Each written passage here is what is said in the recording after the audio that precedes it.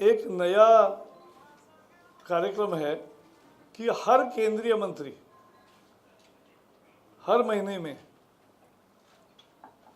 2 Lok Sabha constituency में जाएंगे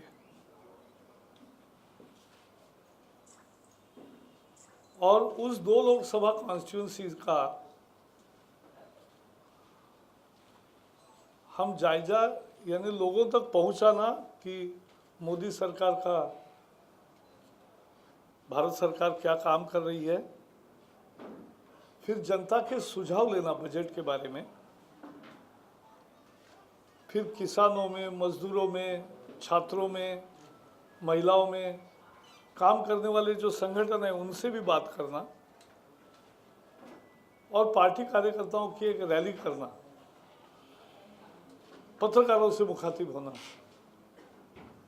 ये सब काम हम करेंगे। तो आज और कल में थोड़ा डिवीज़न किया क्योंकि सूरत में मैं LIC के कार्यक्रम के लिए आया था। LIC की ऑफिसर की यूनियन है नोइनो, उसका मैं राष्ट्रीय अध्यक्ष हूँ, मैं ट्रेड यूनियंस भी हूँ। तो इसलिए उनके त्रैवार्षिक अधिवेशन था, उसका उद्घाटन मैंने किया, इसलिए आपसे मुखातिब यहाँ हो रहा हूँ। अब मैं भरूच जाऊँगा। भरूच लोकसभा क्षेत्र का ये चारों कार्यक्रम करेंगे, रात भी वही रहेंगे और फिर कल दोपहर दिल्ली जाऊँगा। तो 30 घंटे एक चुनाव क्षेत्र में ऐसे अभी मैं अगले सप्ताह अंडमान में जाऊँगा, तो एक भरूच और दूसरा अंडमान, ऐसे 2 जगह मैं जा रहा हूँ। ऐसे सभी मंत्री अलग अलग जगह जाएंगे। तो 4-5 महीने में देश के सभी लोकसभा मतदार संघ में किसी न किसी मंत्री का जाना होगा, ये कार्यक्रम है और ये चलता रहेगा।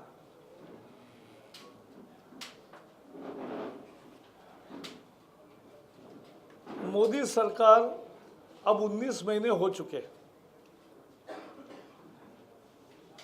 और मोदी सरकार ने क्या महत्वपूर्ण बदलाव किया, तो मुझे लगता है सबसे बड़ा महत्वपूर्ण काम किया है व्यवस्था परिवर्तन कर रहे हैं। हम केवल लोकप्रियता के लिए एक निर्णय करें और छोड़ दिया, ऐसा नहीं कर रहे। भ्रष्टाचार पर आधारित व्यवस्था थी कांग्रेस की, हम भ्रष्टाचार मुक्त व्यवस्था दे रहे हैं, ये मोदी सरकार की विशेषता है। और इसके 3 बड़े उदाहरण हैं। सारा बड़ा भ्रष्टाचार होता था खदानों के आवंटनों में, कोयले की खदान हो, लौह आयस की खदान हो, माइनर मिनरल की खदान हो, बालू रेती का भी खनन हो तो भी उसमें भ्रष्टाचार ही होता था। बालू माफिया का जन्म हुआ। अनेक राज्यों में अधिकारियों की हत्याएं हुई। अब ये हमने सभी खदानों का काम एकदम पारदर्शी तरीके से किया है। क्या पारदर्शी तरीका है?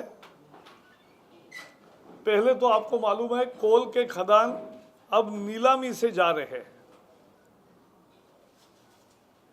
और जिस कोल खदाने में 1,80,000 करोड़ का घोटाला हुआ था, उसमें से थोड़े खदानों का नीलामी हुई और 2 लाख करोड़ रुपए सरकार के खजाने में आ गए।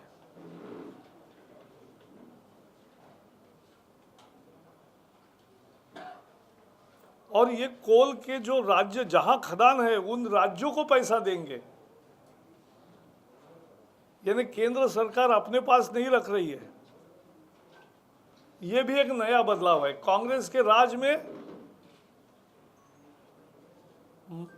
सब तुम्हारा माल हमारा, ये नारा था।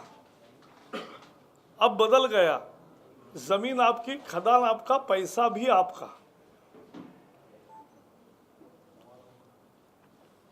लोह अयस्क का भी आयरन ओर और बाकी माइनिंग जो है उसके लिए भी कानून पास हुआ कि उसकी भी खदानें नीलाम से ही बटेगी, किसी की सिफारिश से नहीं बटेगी, भ्रष्टाचार से नहीं बटेगी, जैसे पहले कांग्रेस के राज में बटती थी। तो ये बड़ा बदलाव लाया। और मैं जो कह रहा था मेरे विभाग में, इस सप्ताह में हम सैंड माइनिंग का नए नियम ला रहे हैं। बालू का खनन अब कोई भी कहीं भी नहीं कर सकेगा। उसको सैटेलाइट से देखकर कितनी बालू कहां से निकालना उचित है, इसका जिले का नक्शा बनेगा। नक्शे के तहत ही उतनी ही बालू का नीलाम होगा। और अभी तक क्या होता था, एक कॉन्ट्रैक्टर है, उसको अगर 10,000 ब्रास का कॉन्ट्रैक्ट मिला तो वो 50,000 ब्रास ले जा रहा है, यही होता था ना, और चोरी होती थी। अब इसको हमने जीपीएस टैग पर लगाया है, तो हर ट्रक जो जाएगा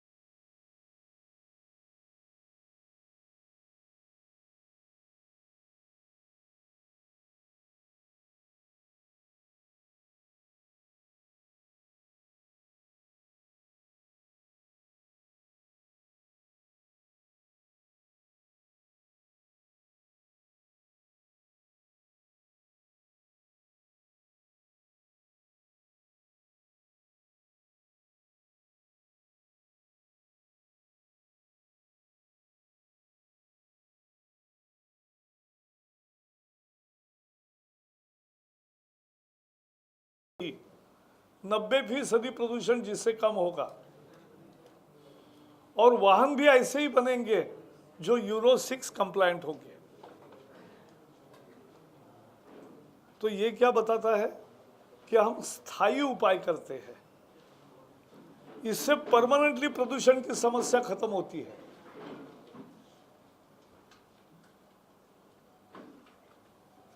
हम एक पर्यावरण विभाग के द्वारा कंस्ट्रक्शन और डिमोलिशन वेस्ट रूल्स नए सिरे से तैयार किया है। सूरत में तो इतना भवन निर्माण होता है, आपको पता है। भवन निर्माण में धूल उड़ती है, वही तो प्रदूषण है। धूल न उड़े इसलिए कपड़ा लगाकर करना, माटी में पानी डालना, बिल्डिंग मटेरियल लाते समय कवर्ड करके लाना, ये सब नए नियम हमने तैयार किए हैं। ये भी अगले महीने से लागू होंगे। और एक लास्ट बताता हूँ, विज्ञान का, तंत्र ज्ञान का हमने उपयोग किया है।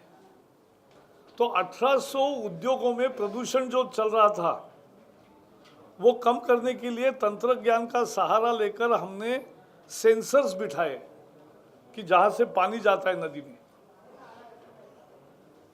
और अभी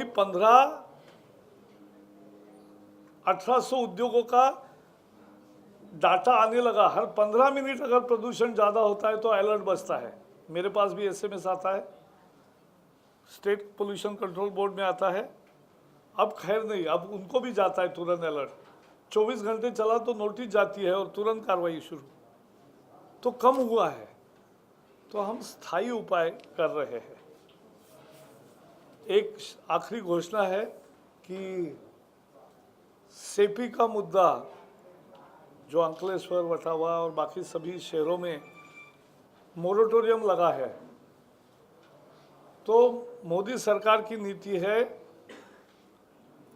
कि we will provide ease of doing responsible business, यानी धंधा करने की सुविधा देंगे, लेकिन सुविधा भी जिम्मेवारी के साथ धंधा करने की होगी। और इसलिए विकास भी होगा और पर्यावरण भी होगा, रक्षा होगी। तो हम विकास को रुकावट नहीं लाएंगे। इसलिए सेपी के नीति का भी रिव्यू हम कर रहे हैं। सेपी जो यहाँ 8 शहरों में लागू है उसमें भी कर रहे हैं। तो यही है, मुख्य 2 मुद्दे थे थीम मेरे मन में, वो बताए।